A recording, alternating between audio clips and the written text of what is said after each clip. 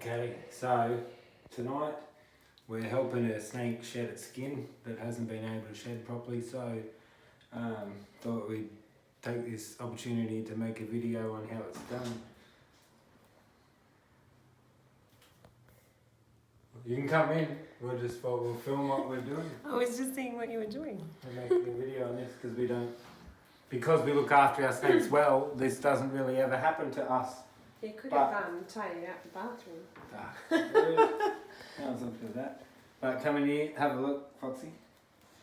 This is the black-headed python that we were recently called out for at someone's house. And we have put posts up about it, and we do suspect it is a dump snake. So maybe get a shot. It's not the first pet snake that we've caught out in that area. It's out in the middle of nowhere, and there's only one house there that this older couple, elderly couple, live at. So we do, and no one's come forward for either of those snakes. So we do believe that those snakes are dumped pets. And the snake has been out in the wild for a very, very long time, and you can see how ratty its condition is. It's eaten 4 rats straight away. And it's still very, very skinny. We tried to offer it a little bit more food, but it was going onto a shed cycle. So it stopped eating the food, and we've come in to look at it. It's tried to shed its skin, and you can see that it's not doing a good job. It's got the head is the skin's off the head, but then down the neck and everywhere else it's all stuck. So what we've done is we've put it into this bath with some lukewarm water. A lot of people use detergent and things like that. I try not to use really any chemicals you don't need to, because the snake's going to be in the water. Might even try and drink the water. The snake, when I put it in, it was putting its head right under the water because it was trying to get the water on as much of its dry skin as it possibly could. So I don't really like to use any soap or anything like that. I just like to give it a really good soak, because the longer we let it soak, that's why I make it lukewarm, so it's not sitting in here getting cold. And the longer we let it soak, the easier it'll be for this skin to come off. So I'd already started working in this spot here. Maybe come and get a close up of this without dropping the phone in.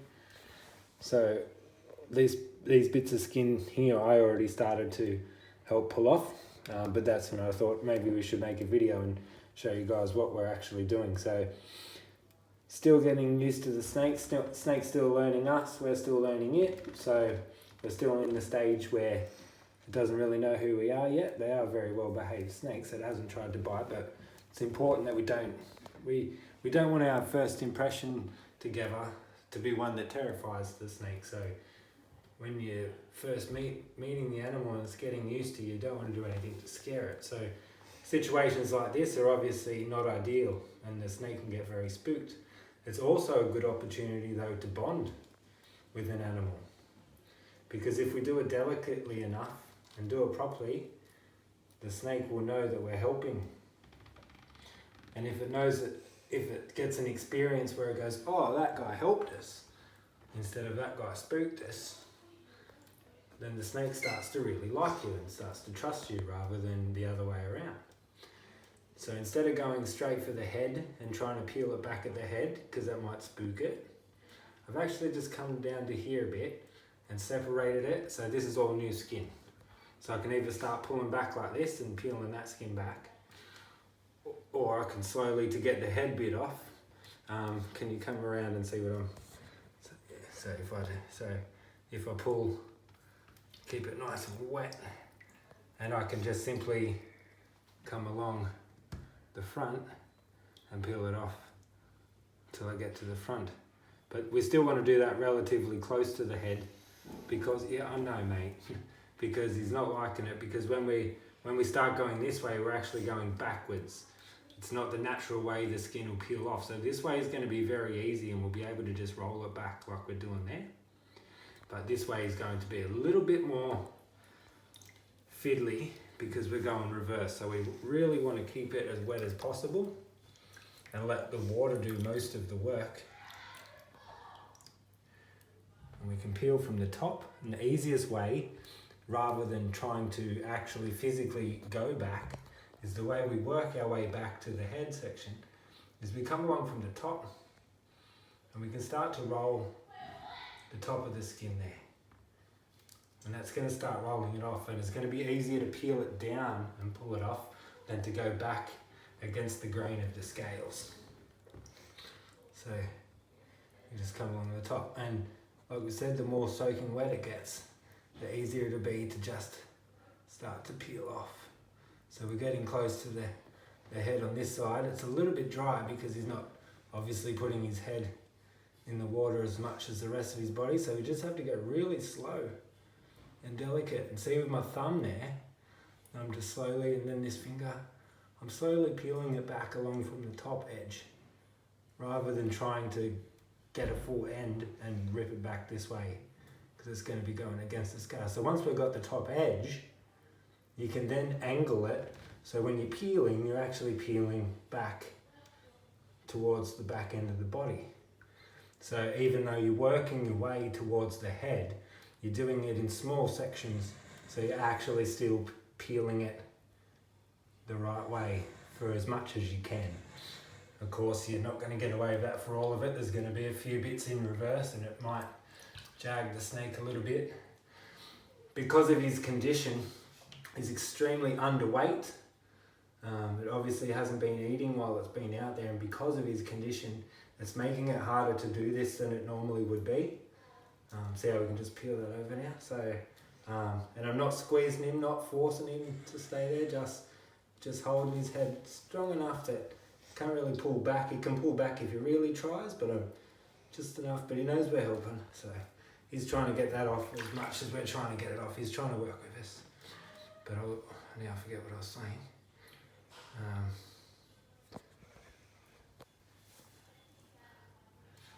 But yeah, if we... I know, mate, I know. This bit's nearly off, look. Some little rolls over the thumb. I know. Being very well behaved. He knows exactly what we're doing. And if we get impatient, it's going to jag his skin. Oh, that's right, because of his condition, his skin is very loose. So it's not as easy as it would be on a normal snake, because if we went and got our other black-headed python that is our pet that we've had for a long time, we get him out, he's nice and thick and muscly. So if you had to do this with him, he's not going to have as much loose skin, and because of that loose skin, it makes it a lot harder to get this older skin off, because it just sticks to it. So we have to be even more delicate now than we normally would be, that we're not going to be pulling on his saggy skin just due to his condition. But it's a bit of a worry when you get snakes like this, because you're not sure if they're going to eat, you're not sure if they're unwell enough that they can't really eat or anything. So I'm just trying to get this a bit more wet. But he took to food straight away, offered him food straight away, and he took it, which is really, really good. We only gave him just small feeds though, even though he can obviously eat quite a large feed. It's just like if you were stranded on an island, or you were stranded in the bush for a few weeks and you hadn't eaten anything, you're not going to go and eat a big, huge meal. You're going to eat something light. So we started him off with some smaller rats, and then gave him a couple of good sized rats, and then offered him a few more, but he wasn't interested, coming onto this shed cycle. And we're going to get this nice new skin coming through, a few more feeds, and he's going to have a lot more condition back on, and he's going to be a good looking snake again in no time, aren't you? Okay, so now we're coming to underneath the face, which can be very delicate, so it's best to now start working on this side and keep it symmetrical. I know, mate, I know. Might be getting a bit dry on that bit. So if we start pulling it under the chin here, a very good chance it's just going to break, or even just be pulling on his chin. So what we really want to do is, if we can, we just forget about under the chin for now, and we start working that side, look at that. See how we were able to peel that right back? If we can start from the chin and get that whole bottom of the chin off, then we'll just be able to work this whole skin backwards. But see how, now that we're up to the face, he's been well and truly used to us picking at him and prodding at him, and he's seen our intentions. By starting here, he's learnt well and truly by the time we've got to this point that all we're trying to do is get the skin off. So he's on our side now. He knows what we're doing, and he wants to help us as much as we want to help him. So if we just dove on in and started picking away at the face, he might think that we really mean him harm, and it might really scare him, or he might even bite. So by coming down here, breaking it, and working our way that way, we've just got the snake used to our intention. Might be hard to see what I'm doing on the other side of his face there, guys, but it's about, good boy. He's like, well, if it's hard, why don't you just tell me to turn my face? You're a good snake, aren't you? It's broke off under his chin there, but should be all. Is he doing poo? Is that what that sound is? You're doing a poo or something in here? Poo or a wheat? So it can be very, very delicate around his mouth and everything. You can see the whole bottom layer, his whole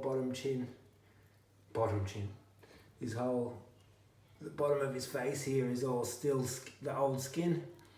So this is very delicate. We need to go very slow because we're going the opposite way to the way it should naturally be coming off. It should be coming off from the front of his mouth. I know, mate, don't pull away, because then that's when it can hurt you by accident, because you're pulling away on me. No. I just need to get more water in that bit. See, I'm not squeezing his head and that. I'm just enough firm enough that I just can hold him where I want him, but not freaking him out, not making him terrified. And then we just, I know, mate, this bit's got to be very uncomfortable and not very much fun, but if we don't get it off, I know, mate, I know. He's not liking this bit, but there's not much we can do to do it much different. I mean, you gotta get that bit off, and it's not really, it's almost impossible unless we opened his mouth and physically peeled it from the bottom of his jaw. It's going to be virtually impossible to peel back the natural way, so we have to just keep working at it until we can slowly but surely just get around that. And a snake could bite you in this situation, and if they do, it's only because they're freaking out, but chances are if you're gentle enough with them, and they're going to know, like I said, they know that you're helping them, and as much as they're uncomfortable about it and not too happy. Here we go, now we're peeling it off his mouth. This is good. I might just have to hold you a bit more firm there, mate, because we're actually getting a good peel off the front there, which means that if we can do that, then we can peel it back the correct way. So if we come along the lip, same principle as we did along the body, and get the top bit, and we can peel it all back. Well, no, mate, it's not that fantastic, is it? It's really not fantastic. Oh no, let him go for a bit, If we totally restrain him, we're just overdoing stress. Let him go. Let him run his face through the water there too, because a little bit of water on the bottom of his chin's only going to help us get it off. That's why we're having a lot of trouble with this particular bit, because it's somewhat drier as well, because he's not soaking the bottom of his face as much as he's going to be soaking the rest of his body. But if he turns his head that way, you can see that we've just about got half of it off the bottom, see that? So we are slowly making progress. Oh, that was a good catch. here we are, see that? Now we've got it around the front of his lip. We should just be able to peel the rest back quite naturally now. There we are there. Yeah, I know, mate, I know. Well, don't blame me, blame whoever dumped you out there. And that's why you can't just go dumping snakes, pet snakes, even if it's a carpet python or something. They're too used to being just given food. They don't have hunting instincts, they don't have the, oh, here we go. They don't have the immune system of wild snakes. But this guy's probably had food all around him and doesn't know how to catch it. There you go, we've got it off the bottom of his chin. Also, black-headed pythons are not found this far south, so it's too cold, it's not humid enough. That's why this is sticking, because it needs higher humidity in its natural environment. So if he doesn't have enough humidity, so he's probably been shedding in bits and pieces for a while. I don't know how, or he probably hasn't shed much because he hasn't eaten. He hasn't eaten until he's seen us. Now the rest of it's been soaking for ages, and we're going the right way. So this, from here on in, should be pretty easy going. A lot of his belly has already come off. We just have to make sure that, yeah.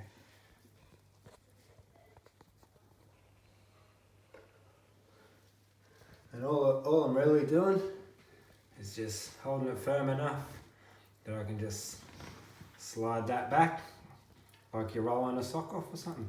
See, look, he's looking at it, he knows exactly what we're doing. He can feel the feel of that skin coming off. And of course we could have maybe even done this side first, and that would have definitely confirmed to the snake that our only intentions is to get its skin off before we started going near his face. But personally, I just wanted to make sure I got the very tedious bit over and done with first to make sure it was done properly. I know, mate, eh? See, it felt a little bit sticky then. It was starting to not come off so naturally and you could hear the stick. So in that case, it just needs more water. Put more water in there. I know, mate, I know. I know, it's not very good. And a lot of the time, if he actually just starts to move, we should just be able to hold the skin in position, hold it firmly enough, and he might even just start working with us to actually slide out of its skin itself on his own.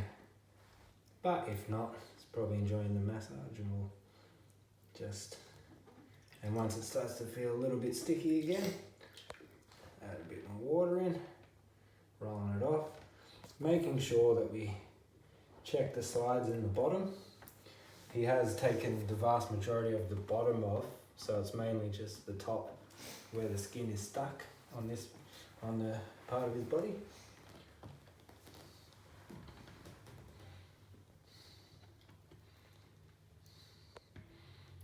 A bit dry there.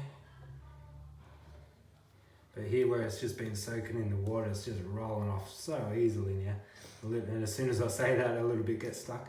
But if it does get stuck, then just go back to slowly rolling it with your fingers and thumb. Rolling it off until you get that nice roll again, because you also might get holes. Once they're patchy like this, it might be all rolling off nice and sweet, until all of a sudden you get to where there's a hole or a tear in the skin, and then it breaks and you have to start all over again. But we're definitely getting there now. Look at that coming off.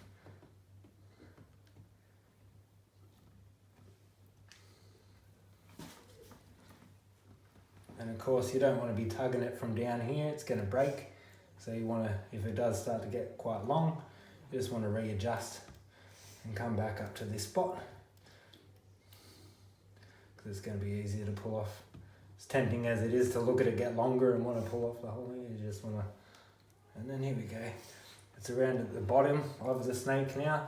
So what we need to do is make sure that, you know, this isn't going to be a prize skin, it's already in pieces, so we might as well snap that off, and then we don't have a whole lot building up, because you don't want it to get caught around the tail. That's often what happens with snakes, is they get their skin off pretty well, but a little bit gets caught around the tail, and once that happens, you can actually lose a piece of their tail. So because the tail goes all nubby because it's got this cap of keratin over it, because that's what the scales are made of. The skin's keratin. So once it's around the tail, it actually is very, very hard.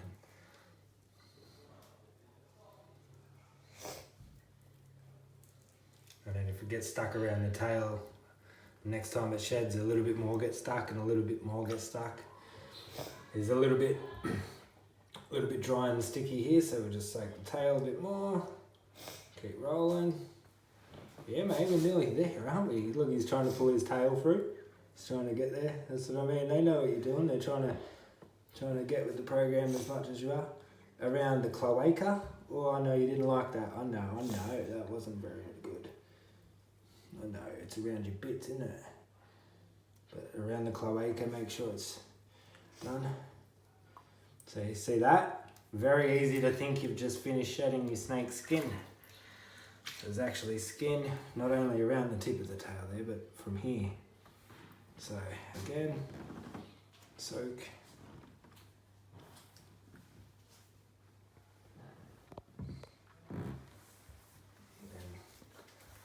Nearly down to the last bit. Just pop right off in a second. This bit here is very, very deceiving. That is all still old skin there. Very easy to miss the line.